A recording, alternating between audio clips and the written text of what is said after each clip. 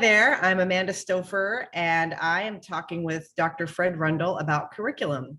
This is the third part of our discussion. So you touched on this a little bit earlier, but I want to kind of just delve a little bit deeper into this topic in that oftentimes parents hear about different learning resources or materials that are presented in the classroom. A recent example is the increased use of materials about the social justice movement.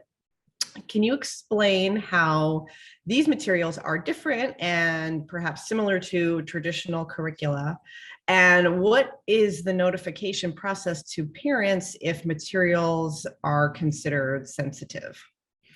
So there's one of the challenging pieces about curriculum is, curriculum is really a kind of predetermined scope and sequence that you're going to wind through. And what we know about our learners and what we know about the world around them is it's not static. And so when you purchase a new set of instructional materials, it's not always this static movement of curriculum through. Even a biology text, let's take, for instance, in the high school, we've had our biology text for a number of years, but the teachers are constantly pulling in new materials to help supplement it, because there might have been a new innovation, or there might have been some new discoveries that, rather than just getting rid of a text, we can supplement it. In other cases, we're using electronic texts, and because sometimes those publishers are oftentimes refreshing those, we are getting the latest materials from them. So when we start getting into really kind of more, we're starting to talk about social justice and equity, the states really made a big push towards the adoption of the social emotional learning standards, for instance, and they're really pushing our teachers and us as educators to really start making sure that we are touching on some of those other aspects of learning, and that we're infusing them. It's not as if there's a static set alone standards. In some cases, many times they'll say, in social studies, here's the point of emphasis, and we want you to further emphasize it, through social emotional learning standards that cross-cut with the social studies standards. And so in those instances, it's not about adopting a set of materials that are out there that we just use, and it's social emotional learning time, now it's math time, now it's science time, or a middle schooler's day where they're going to do just the social emotional learning. We know that the best practice is to infuse those into the learning. And so teachers are having to make some of those choices on the fly using their professional judgment.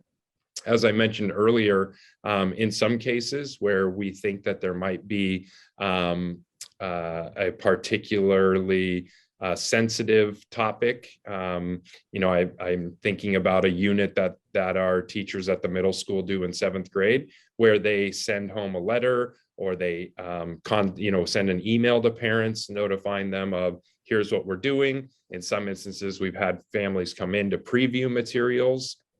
Certainly our flash curriculum, we do that, where we give parents an opportunity to come review materials ahead of time, so that they can, A, become informed themselves, B, know what the students are going to be learning, and C, in some cases, there's some opting out that parents have chosen to do in some instances. I think that's an interesting challenge of the opting out, because we do have standards that we're needing to cover, but we also know that families want to play a part in the learning process as well.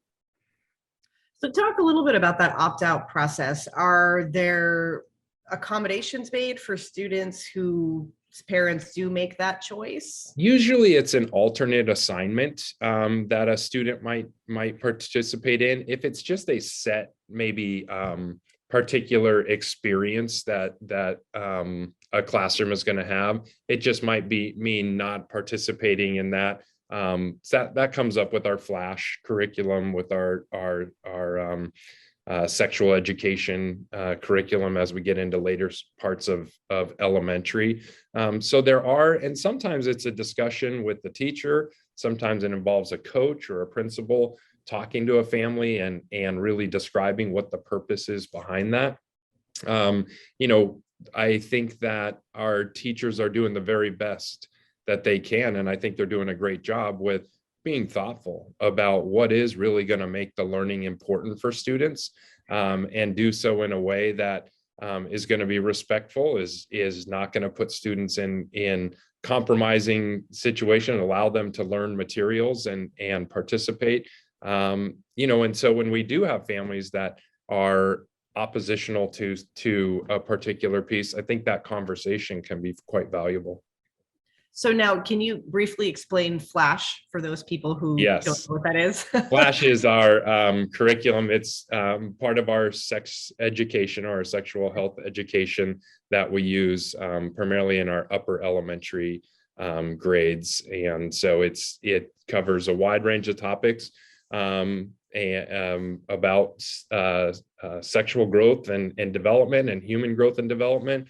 It talks about AIDS and some other topics that I think once upon a time may have even been more sensitive, but as we've learned more and more, and I think kind of evolved as a community and society, I think some of the topics have not become quite as controversial, but some still are for some families, and we want to be respectful of that.